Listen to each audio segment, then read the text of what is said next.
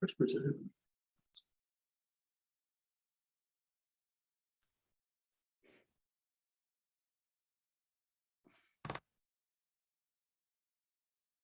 There we go.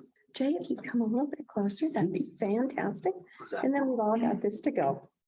All right. Good morning, everyone. Looks like we've got a good crew today. Pat, I'll just say real quickly, I stopped at your office yesterday, hoping to have a conversation. So we'll touch bases again. So anyway, everyone, we're here and it's Education Advocate. Once a month, we go ahead and we have a great participation with everyone. There will be a simple presentation. We'll go ahead and we'll put up the agenda. Thank you, Brian, for putting the agenda up. And meanwhile, then everything will be coming back to you.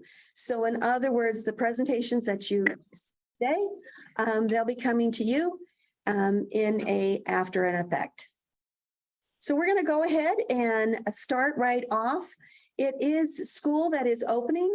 We are also sending out a compass that is a back to school compass with some really important components, very small components.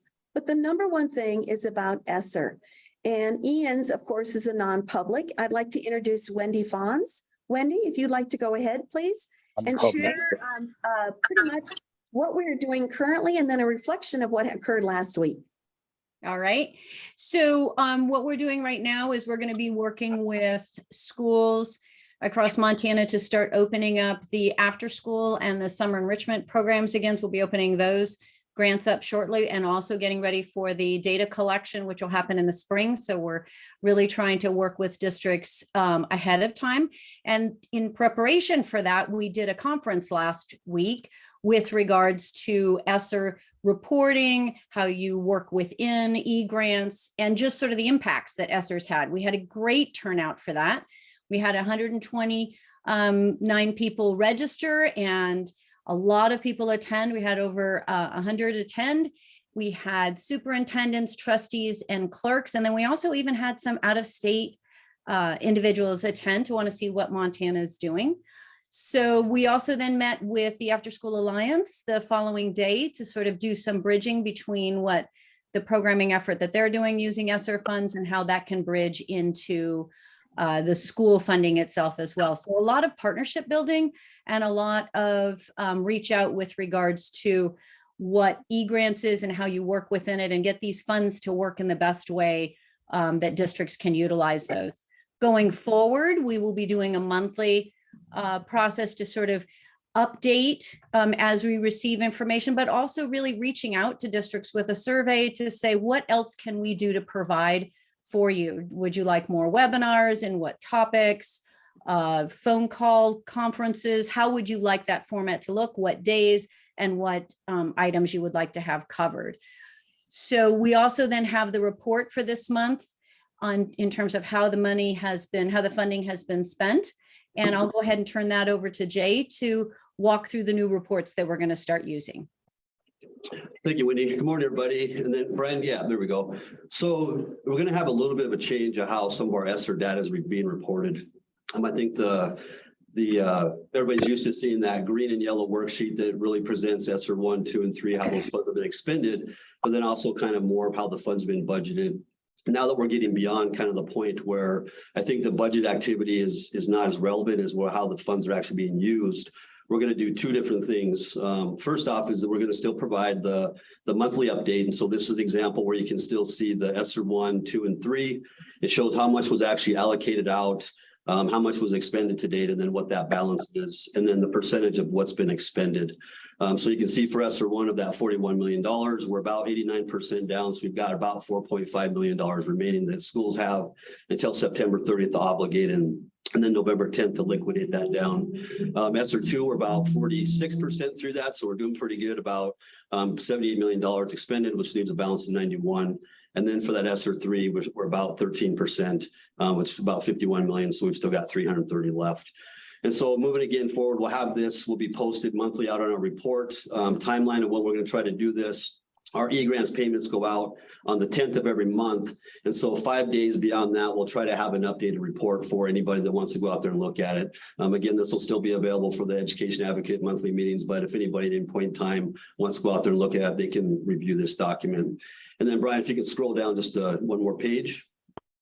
The next thing that we'll have that we've never provided before is that we get quite a few questions by the LEAs, how much they've actually been allocated by each program, but then also how they've expended it and then what they've used those funds on, what those funds for. So for example, for this one, we have, if anybody wanted to look something up by the actual LEA, that first column has their LEA number, but then we also have the school name listed. And then that third column is the application. And so we have it broken out in the same three buckets where you've got ESSER 1, ESSER 2, and ESSER 3. But in that fourth column under the purpose categories, that'll actually show how those funds have actually been expended by the separate categories. And a lot of the reason why we've used these is that as much as we possibly could, we tried to align our expenditure reporting from the school districts to align with what Department of Education requests from us for our reporting purposes. And so again, it just gives a little bit more detail by each one of the programs. It will show again how much was allocated and if they have any remaining balances for that. Again, this will be a PDF version. It will be available out there on our webpage. Again, we'll have that monthly. So if anybody ever has questions and want to see what their schools in their region or their district is, how they're spending it, they can utilize this as a resource. And so if anybody has questions on this, they can more than happy to have you reach out to me. I can answer any questions. If there's something else in the data that you see that you think that you might want to have OPI expand a little bit on, please reach out to me as well, because the way we've designed this is that we can actually put this into an Excel document and we can manipulate the data a little bit to put it in a different format or presentation. Or if there's something else you wanted more detail on, then we can work with you to pull that down as well. So, but again, moving forward, you'll see that the reports that Wendy, when she brings us to you monthly, it'll be in this format. So that will be our new presentation. With that, Wendy, I'll turn it back to you. Okay, thank you so much. So again, we're really trying to be proactive and to ask you for any input that you have on reporting and training that we're doing, or just notifications that we're sending out. Let us know if there's anything particular that you feel is either missing or needs to be enhanced, and we'll be glad to identify those going forward. Thank you, Wendy. And just to everybody, as I had said, the Compass is going out on Wednesday. That survey will also be attached, as well as how many attended the opportunity last week, Wendy? How many did we have? We had them in and out because it was a full day. Yes, so we had 129 registered and just short of 100 actually attend. And we have 65 certificates that we're going to be sending out for people who attended more than 3 hours. So we had a really strong pool of people who attended that. Exactly. So this will be going out into the Compass, the survey will. Thank you. Any questions you might have of Wendy? Just makes you want to vomit. Hey, can I jump in real quick? It's Pad and Jay and Wendy, I like this new format. I'm wondering if you guys would be able to do like a statewide roll-up that shows the percentage of expenditure in those categories, so that my committee who wants a big statewide perspective might be able to say, oh, it looks like about 75% of the ESSER funds are being spent on instruction, and maybe break it out into the three buckets, ESSER 1, 2, and 3. That's just an initial thought I had. Thank you. Thanks, Pat. Yeah, no, that's something we can do. Again, like we're trying to design this so it's real simple. We can pull something like that together. So what I'll probably do, Pat, is put something together and then shoot you like an example and see what you think about it. If that works. Fantastic. Thank you. Excellent. And I know, Pat, that the committee is meeting on the 12th of September, which is just a short couple weeks away. So we'll have that conversation to make sure that you can get that document. Perfect. Any other questions you might have on ESSER activity or anything dealing with ESSER that Wendy could hopefully answer, or with Ian's? All right. I'd like to go ahead and introduce Barb. Barb Quinn, please. Hi, I'm Barb Quinn, and I am the School Finance Senior Manager. We right now are working with the districts on their submission of their TFS and budget. We opened Mayfair's the end of July. So we're fielding a lot of questions right now. But please do feel free to call us if you need help on anything, and we'll see what we can do. Excellent. Thank you. Any questions you might have of Barb? One of the things that we are going to be doing is having an interface with trustees monthly on anything dealing with ESSER expenditures. And because there is an overlay of general fund dollars that go out through our program 9, as well as anything dealing with those federal dollars, Barb's in charge of making sure that these things go out to our schools for that local control look. But we are also wanting an understanding that our school trustees and our school leaders also know monthly what is available then through ESSER, because these federal dollars of ESSER have the availability to supplant. We just want to make sure that schools have all the opportunity to use these dollars to what is best fitting their schools. So Jay, if you want to share what we're going to be doing monthly. Yeah, and Brian, if you could pull up that template that other document I had, there we go. Yeah, so like superintendent stated, is that one of our things for transparency, making sure the communication of information flows to the board of trustees. We're going to be sending out a monthly letter to the board chair that will basically break out, kind of like we just went over for the general ESSER activities. It'll show for their school district what they've received for ESSER 1, 2, and 3, what they were budgeted for, how much they've actually expended, and again, what the remaining balance is. And so it's just an effort to make sure that, again, that the boards understand the financial commitment they have and what the status is of what their local superintendents or how they're expending those funds. So again, just another way for us to make sure that information continues to flow through. These will also tie and go out at the same time when we post up that other report that I showed you. Again, the way we designed it is we can provide all this information at the same time each month. Thank you, Jay. And again, this purpose is to make sure that the dollars stay in Montana and that they do not flow back to the federal government, and that there is a timely decision that can be made in the boardroom for the expenditure or for the allowable uses for these funds. So any questions to either Barb through Mayfair's or anything dealing with Jay in this discussion of a status report on ESSER 1, 2, and 3?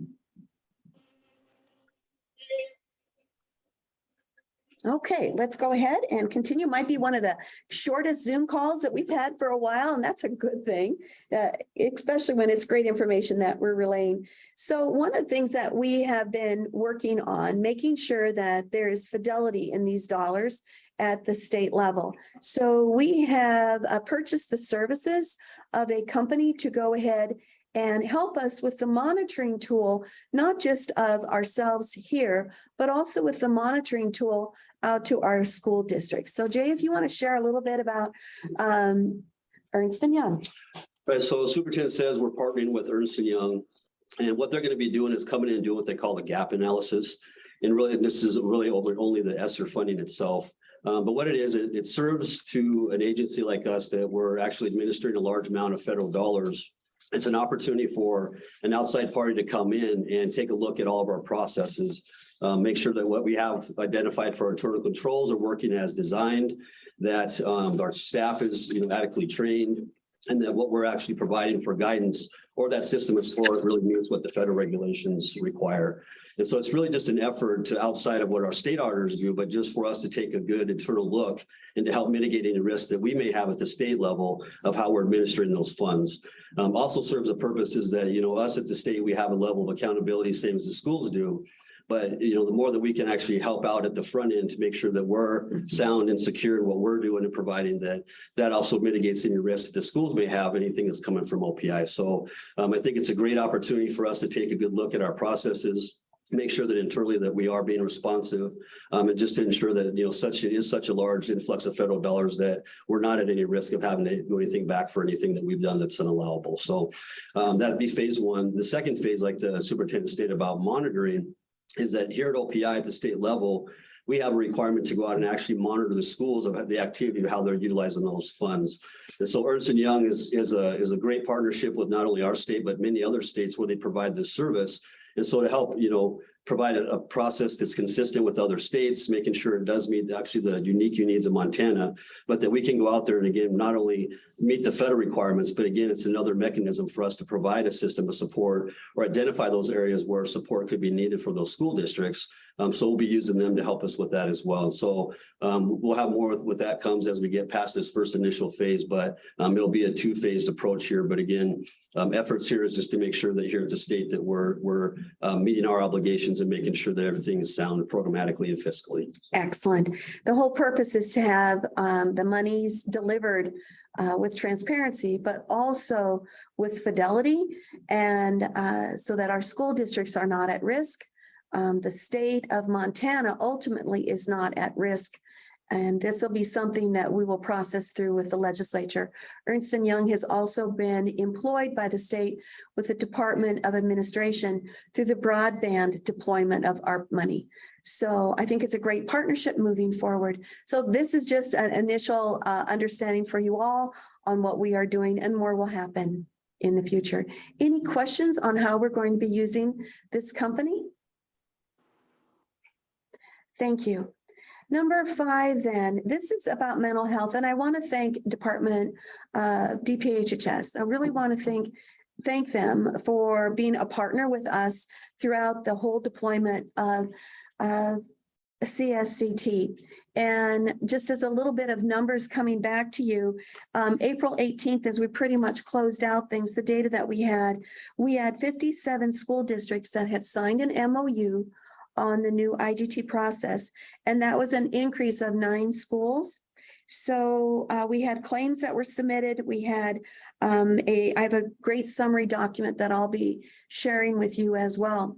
The other part of this is we had a provider that left the state, and that is with AltCare. And AltCare, it's interesting. There were 15 school districts that use this through their CSCT in their programming to serve children in mental health. And that was 307 students. So because they have left the state and no longer serving, we are working with Department of Health to make sure that a licensed entity then can either pick up those students or increase the services in mental health out to our public schools and our families. So we are very much aware that there is more need, and we are working to see how that can be filled. I do know that, and that's why I have Megan Peel, and thank you very much for taking time with us. She is from DPHHS and has been a great partner throughout this. If you would like to share, Megan, about the screening tool that hopefully will be available this school year for an awareness of where mental health needs can be used with great dollars and great care. Megan, if you could, please. Yes. Thank you, Superintendent. Good morning, everyone. I appreciate you inviting me in for that update. So we at the Department of Public Health and Human Services were able to access some funding from the governor's office, some education emergency relief from COVID. And we, with some input from OPI and that partnership that the superintendent mentioned, we have elected to do a pilot project on universal screening in school districts. And so we currently have a request for proposal, RFP, out to be bid on. And what it's really looking for is a vendor to help assist school districts in rolling out a universal screening project.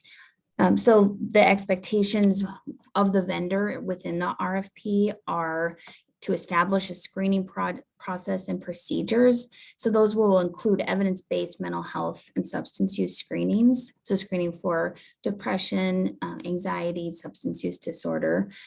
And the vendor will help with the technology platform, the proctoring methodology of the screener, the data use, and any kind of consent forms.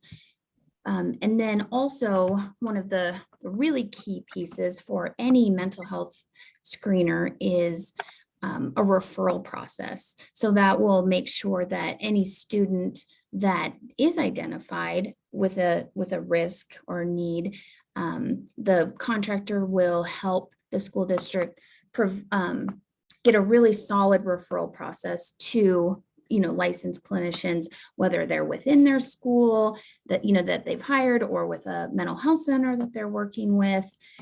And so that referral process is very important.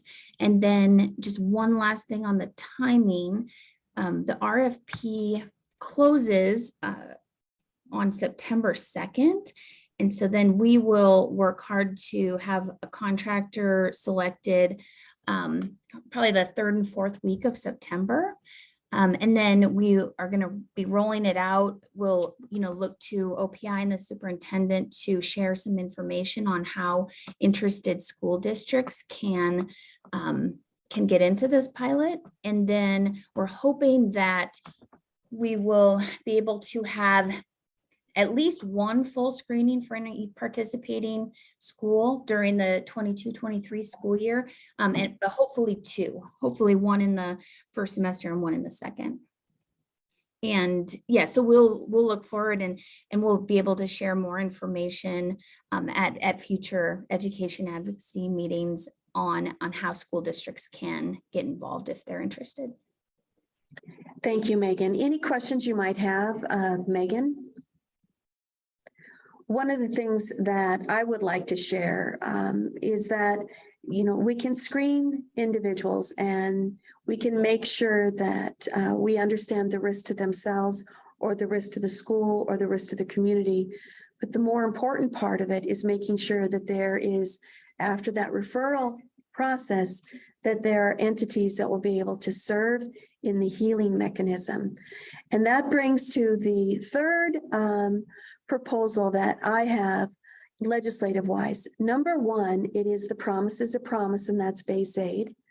The second one is having the no dollars being used at all, but just having a simple transfer, as simple as it might be. And McCall, I'm pleased that you're on these education advocates and participating in all the things that we do at the Office of Public Instruction. But having those teacher licensing fees follow the teacher through professional development to the Office of Public Instruction. So transfer that state special revenue account to come to the Office of Public Instruction, and then fully support the Board of Public Ed's constitutional duties in having general fund dollars support them in their activities.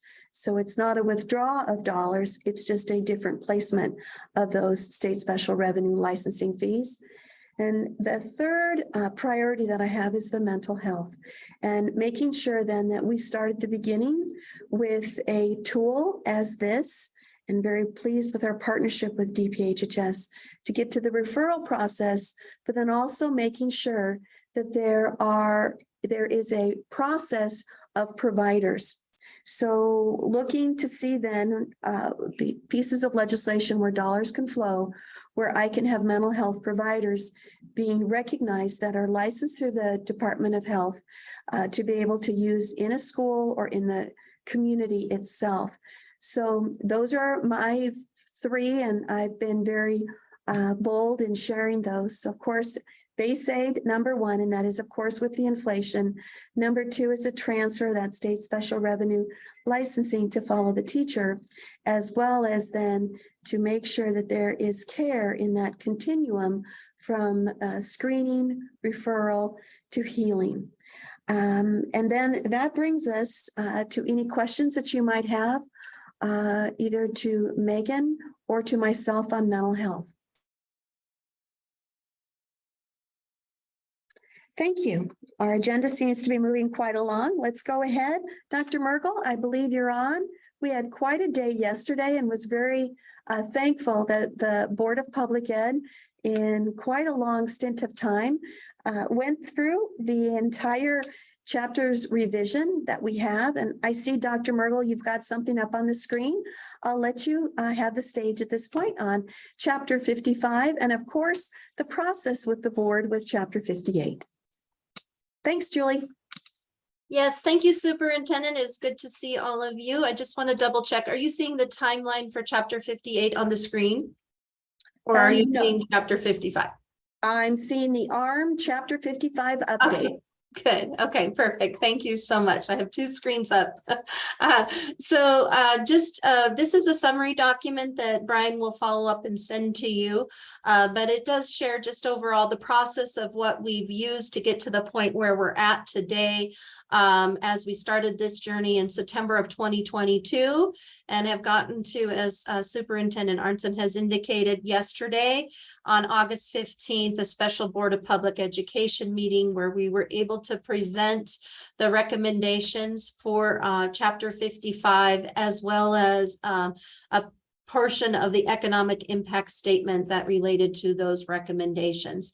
What you'll find on the OPI's website, and I'll drop that link into the chat, are 4 key documents about Chapter 55.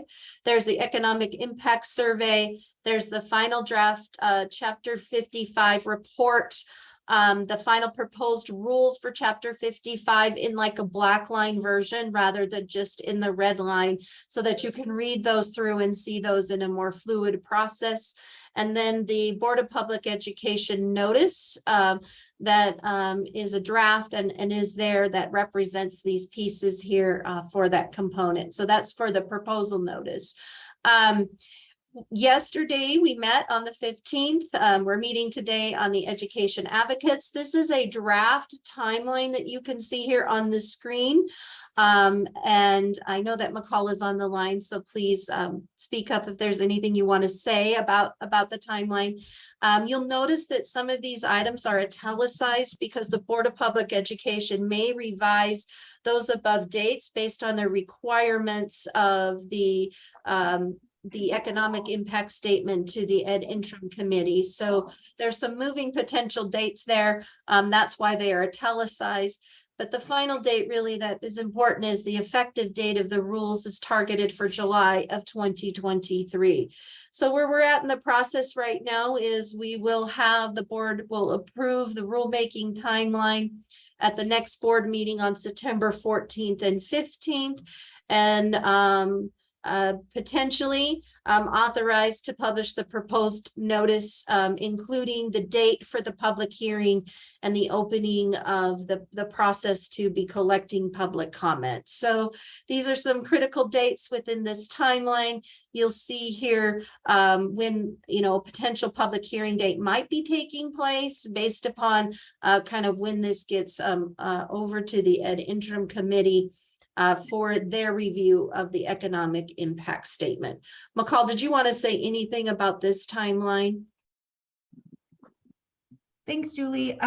Yeah, we are still waiting to finalize this. So we've been very careful to not try to set any expectations, especially for the public. I think that there's a lot of interest in making comment in Chapter 55. So our hope is that we can have a timeline for approval at the Board of Public Education meeting in September when they meet on September 14th and 15th. Excellent. And if I could add, thank you very much, McCall. And I very much appreciate all the questions that were asked from the board and the engagement. If you could see, then we have Education Advocates, a Q&A session. So we're going to open one up on the 24th, just for, again, it'll be a unique education advocate, but it's going to be strictly regarding any questions that anyone here at this meeting might want to ask. The other one is then we're going to our schools for a Q&A on that very same date. And I look, Julie, it looks like we need to add 22 on there. There you go. Excellent. But we're going to go ahead and ask our schools if they have any questions. We've been receiving a lot of questions saying, is this going live now? Or when we go through our Teams report, is this something that we can use at this point as flexible? What does it mean? So we are listening and they have questions. So we're offering this up next week on the 24th. Other than that, our partnership is here. We'll be working to see if there's any questions or any answers that they might seek from anyone, please don't hesitate to reach out to Dr. Merkel. And we'll make sure that everyone, if you don't have her cell phone number or her access number, we'll make sure that you have that, so that if you have any questions at all, that we can get them on the reason why, any history, any action of what this might happen in the future, and any purpose. We'd be more than happy to go for that. So I think this is all about education. Dr. Merkel, I'll turn it back to you. Thank you. And so the next piece, I think, just to kind of give you a little bit of overview of the economic impact statement. The economic impact statement is required under MCA 20-7-1011. The superintendent did prepare an economic statement in consultation with the negotiated rulemaking committee. The negotiated rulemaking committee recommended that 14 rules from Chapter 55 be placed on this survey to determine if there was a potential economic impact. The superintendent made a decision to put the one remaining rule that did not reach full consensus onto the economic impact survey as well, to gather feedback about that. We distributed that through 3 different surveys out to 20,000 recipients. Our first survey, there were 652 respondents. The second was 128, and the third was 277. This is a pretty significant return rate to what we've had previously. In one of the rules that was put forward in 2019, we had 16 respondents respond to the economic impact survey. So this is a pretty significant increase in the responses that we did get from the field. And so the responses in this economic impact survey were really within 3 categories of saying, do you believe that there could be an economic impact on personnel for this rule, for resources for this rule, or would this rule require more PD? And the responses were in yes, no, and unsure. And so of those that there were maybe more yeses than there were no's or unsure, were within 1055-601, which is about a curriculum and assessment and having multiple measures. 1055-710, which is about school counselors. 712, 723, and 803. Like 803 is about technology. But I think the most critical piece that's important about this is the responses show no indication that the proposed rule changes would create a significant impact, economic impact for districts and their schools. And part of that, as we look at like the conversion of the CSIP to the Integrated Action Plan, schools are already doing a CSIP. This is just a new integrated plan that it would be replacing that. That school districts would continue to implement mentorship and induction program, which is already currently in policy. That multiple measures would provide opportunities and ways for schools to measure student proficiencies and content standards, and that those pieces are there. The final proposed rule for class size overload under 712 did provide more flexibility for school districts to address overload compared to what currently is in there. So you can kind of take a look at that overall, but that report is also available on the website, and I did put that link into the chat there for you as well. Just a very quick overview. There are a total of 58 current rules on the books in Chapter 55. The first 5 chapters have been repealed, the 100s to the 500s, so it starts in the 600s. We've proposed, there are 5 new proposed rules under a charter school application being shifted from variance to standard under 1055-604. Family and community engagement to its own standard out of the policies of 701 to 722. Also a shift from mentorship induction out of policies of 701 to its own standard in 723. The same with evaluation out of current policies of 701 to its own standard in 724. And then a new one for English language learners, which is already a requirement for learners federally. It's just putting this in there with our special education and our gifted and talented. So those are the recommended 5 new. There were a total of 14 where there were no recommended changes. There were a total of 48 that did reach full consensus by the committee. There was 1 unresolved, which is 710 assignment of school counseling staff. The superintendent did take the language that they agreed on to the point at which as furthest as the committee had got to, and that's the language that she used for that final rule there on 1055 710. In this document, you'll see really the conceptual changes and the recommendations for why these particular pieces are being recommended. So you can go through and see that piece as to the rationale that is outlined here for those ones that did reach consensus by kind of the subchapters, if you will. And then I would just, at the bottom, we do have who the negotiated rulemaking committees were. I see Craig is on, and I know McCall's part of that group as well. So we have some folks right here online. This is all the different constituents that they played. So then I stand for any questions that you might have about 55 and then catch you up really quickly up to date on where we at with 58. Any questions on 55? Julie, I would just ask when those Q&A sessions are going to be.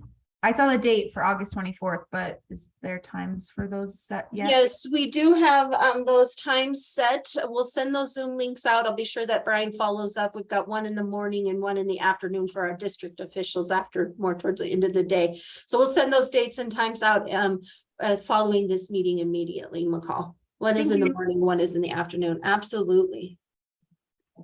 I'm just going to pull up the timeline really quick for 58. Any other questions? Julie, this is Rob, and maybe a question for McCall. As you send those dates out for the 24th, is it okay to advertise that to our members, our superintendents across the state? Or McCall, did you want to, I don't know, if we wouldn't release the whole timeline, but I would like to get that August 24th date out to our membership. Yeah, I mean, I think that'd be fine. This is not anything that the board is doing, right. So I have no problem with you sending that out, obviously. The rest of the timeline is just still very tentative. So I think it's, if you wanted to communicate like generally when the public comment period is likely to be, or when the public hearing date is likely to be, I think that's fine. I just don't want to set like false expectations for people that it's going to be this set date or that set date until we know for certain when kind of the rest of the timeline is going to be set with our legislative partners. So Dr. Watson, Superintendent Arntzen here, this document that you saw in the beginning on the screen will be going out into the Compass, which means that everyone that was in our school list will be able to see that. And the Compass will be delivered on Wednesday, tomorrow, as a back to school one, because this information is timely. And I'm hoping that we do have individuals that are interested. So anything that we have, and we've tried to put draft on, especially that timeline, and have worked with the Board of Public Ed in conversations to make sure that we make sure that the voice of the public is heard, but it's all about the timing of when the board is opening the MAPA process. Okay, thank you. Thank you. Dr. Merkel, 58. Yes, thank you. So this is the timeline for Chapter 58. Chapter 58 is regarding our educator preparation programs in the state and the accrediting process that leads to them being able to issue licenses to those, so we can issue license to the folks that complete those programs. So it's the standards that are used for that. And so we are pretty far down the road here on this particular process. So as you look here at the timeline, the publication of the proposal notice for Chapter 58 went forward on August 5th. There is a Board of Public Ed public hearing for Chapter 58 on August 30th that the Board of Public Ed is hosting. Final public written comment regarding Chapter 58 is due back to the board by September 2nd of 2022. And then the adoption notice for Chapter 58, including the comments and responses, will be during the board meeting on September, I think, McCall, it's 14th, 15th, right? You've changed that date. It's not the 15th, 16th.